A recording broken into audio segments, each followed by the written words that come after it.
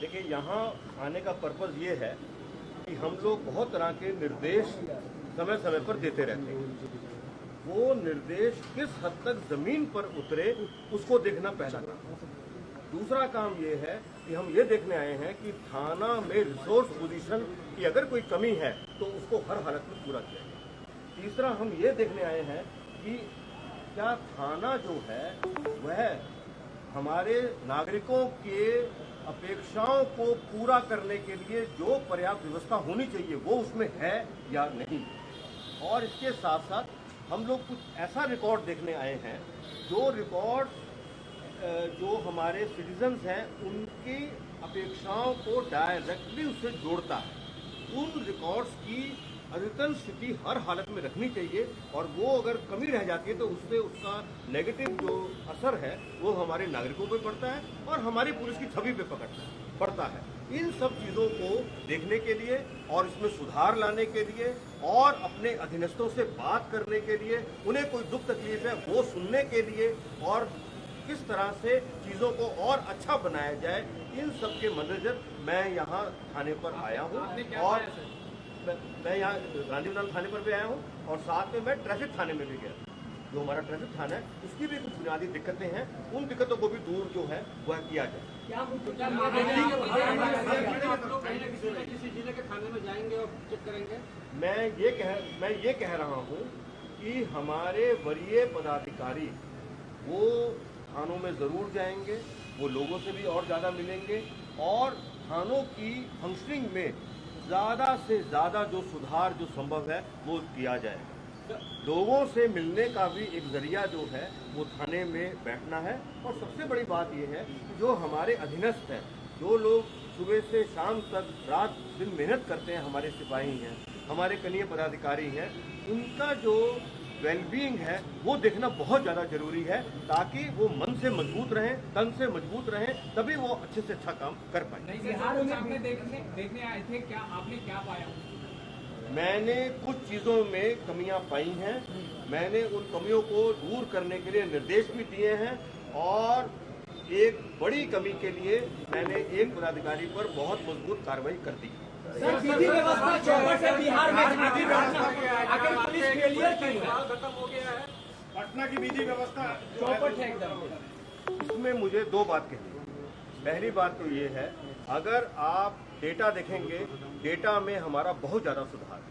पटना की अगर बात है, पटना के अंदर ये जो घटनाएं हुई हैं ये बहुत ही गंभीर और बहुत दुखद घटनाएं हैं। इनको हम पूरी ताकत लगा के इनको उद्भेदन में लगे हुए हैं और इन पे हम अच्छे से अच्छी जो कार्रवाई है वो करेंगे। आइसोलेटेड इंसिडेंट्स पुलिस की ज़िंदगी में होते हैं, इसका मतलब हम ये नहीं इस पर कंक्लूड कर सकते हैं कि भाई सारी की सारी चीज़ें खराब हो गई।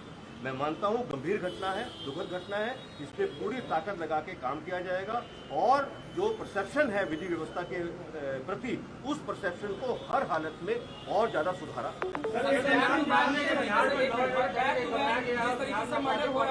आपको नहीं लग रहा अपराधी सामने से पटना पुलिस को चैलेंज कर रही है?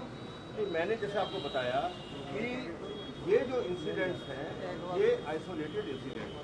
अगर डेटा आपको चाहिए, 2021 में हमारे हत्या के केस में 350 कांडों की कमी आई है, हमारे रेप के केस में कमी आई है, हमारे किडनैपिंग फॉर रैंसम के केस में कमी आई है, हमारे डकैती के केस में कमी आई है। हाँ, कुछ शीर्षों में जैसे चोरी में वृद्धि हुई है, हमारे रोड के लूट में जो है वो वृद्धि हुई है, लेकिन अधिकांश हमारे हेड्स में वो कमी आई है। मैं जो आपकी बात समझ पा रहा हूँ और जो मैं कहना चाह रहा हूँ वो इतनी बात है कि इस तरह के गंभीर घटनाओं से परसेप्शन जो होता है पुलिस के प्रति वो बहुत ही नेगेटिव बनता है।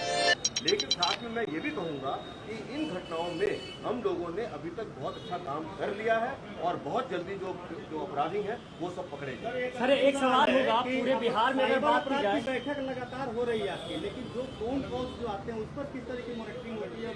लगातार जो है घटनाएं भी बढ़ रही है। नहीं, देखिए, साइबर अपराध की घटनाएं बढ़ रही हैं, उसका एक बड़ा कारण ये है कि साइबर अपराध को रोकने के लिए बहुत बड़ी बड़ी गाइडलाइंस और बड़े बड़े अलर्ट हर रोज जारी होते हैं, लेकिन तब भी जो हमारे जो विक्टिम्स हैं वो उन चीज़ों का पालन नहीं करते हुए वो फिर अपना उसी तरह का काम करते हैं जो उनको नहीं करना चाहिए। इस वजह से जो है काफ़ी सारी घटनाएं होती हैं।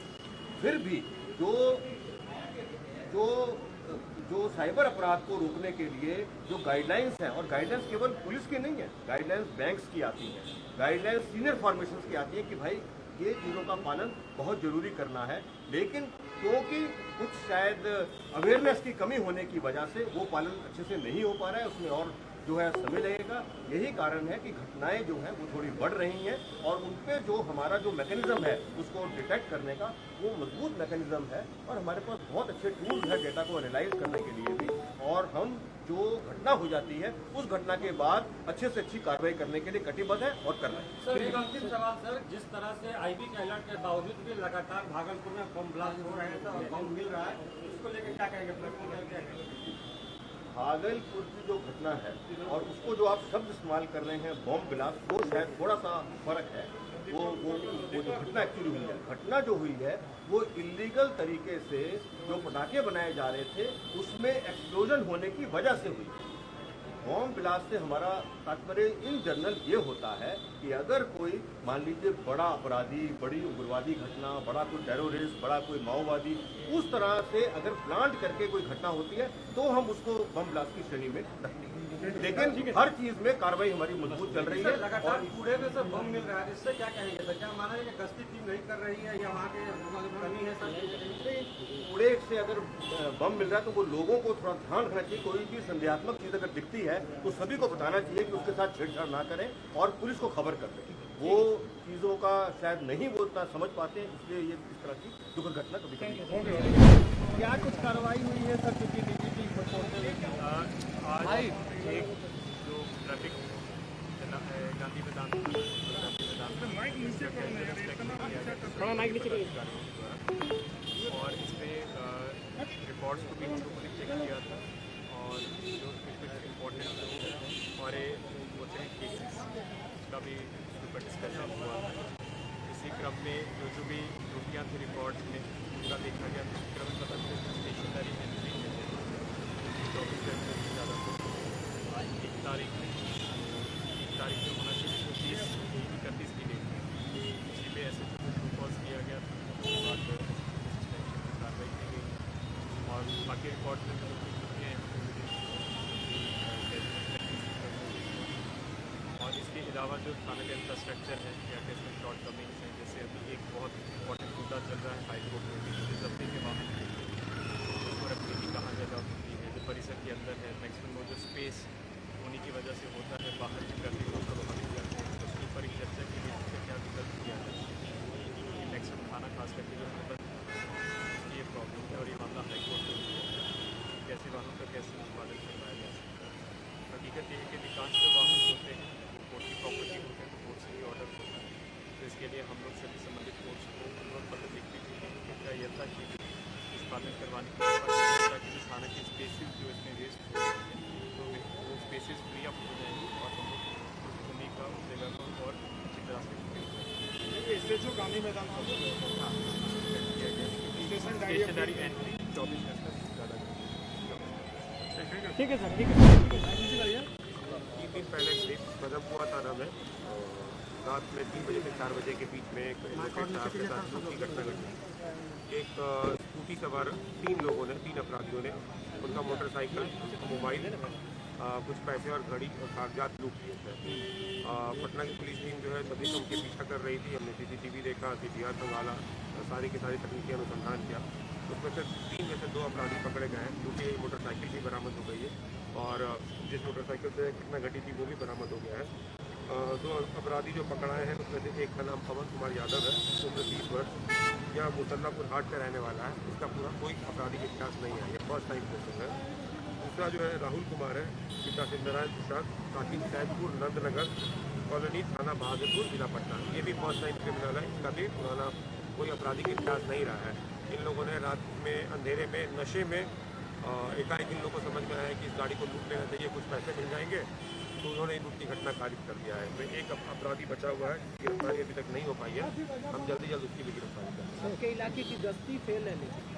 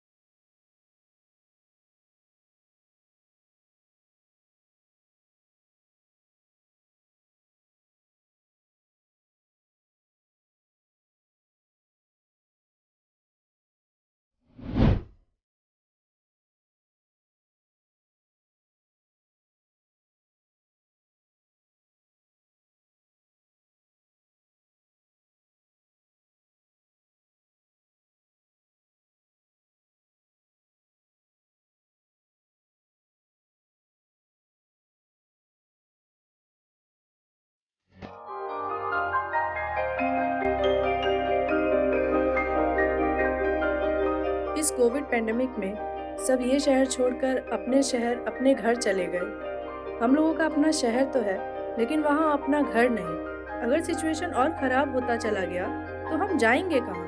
अरे ये प्रॉब्लम तो हर शहर में है, लेकिन हाँ, अपने शहर में भी अपना घर तो होना ही चाहिए। होना चाहिए तो कहाँ है अपना घर? ये है ना, ई होम्स पैनोरामा, पूर्णिया में, अपने शहर में अपना घर। पूर्णिया में पैनोरामा ग्रुप लेकर आए हैं ई होम्स पैनोरामा। बड़ा घर, आलीशान जिंदगी और अत्याधुनिक सुविधाओं के संग। E homes panorama, luxurious lifestyle redefined.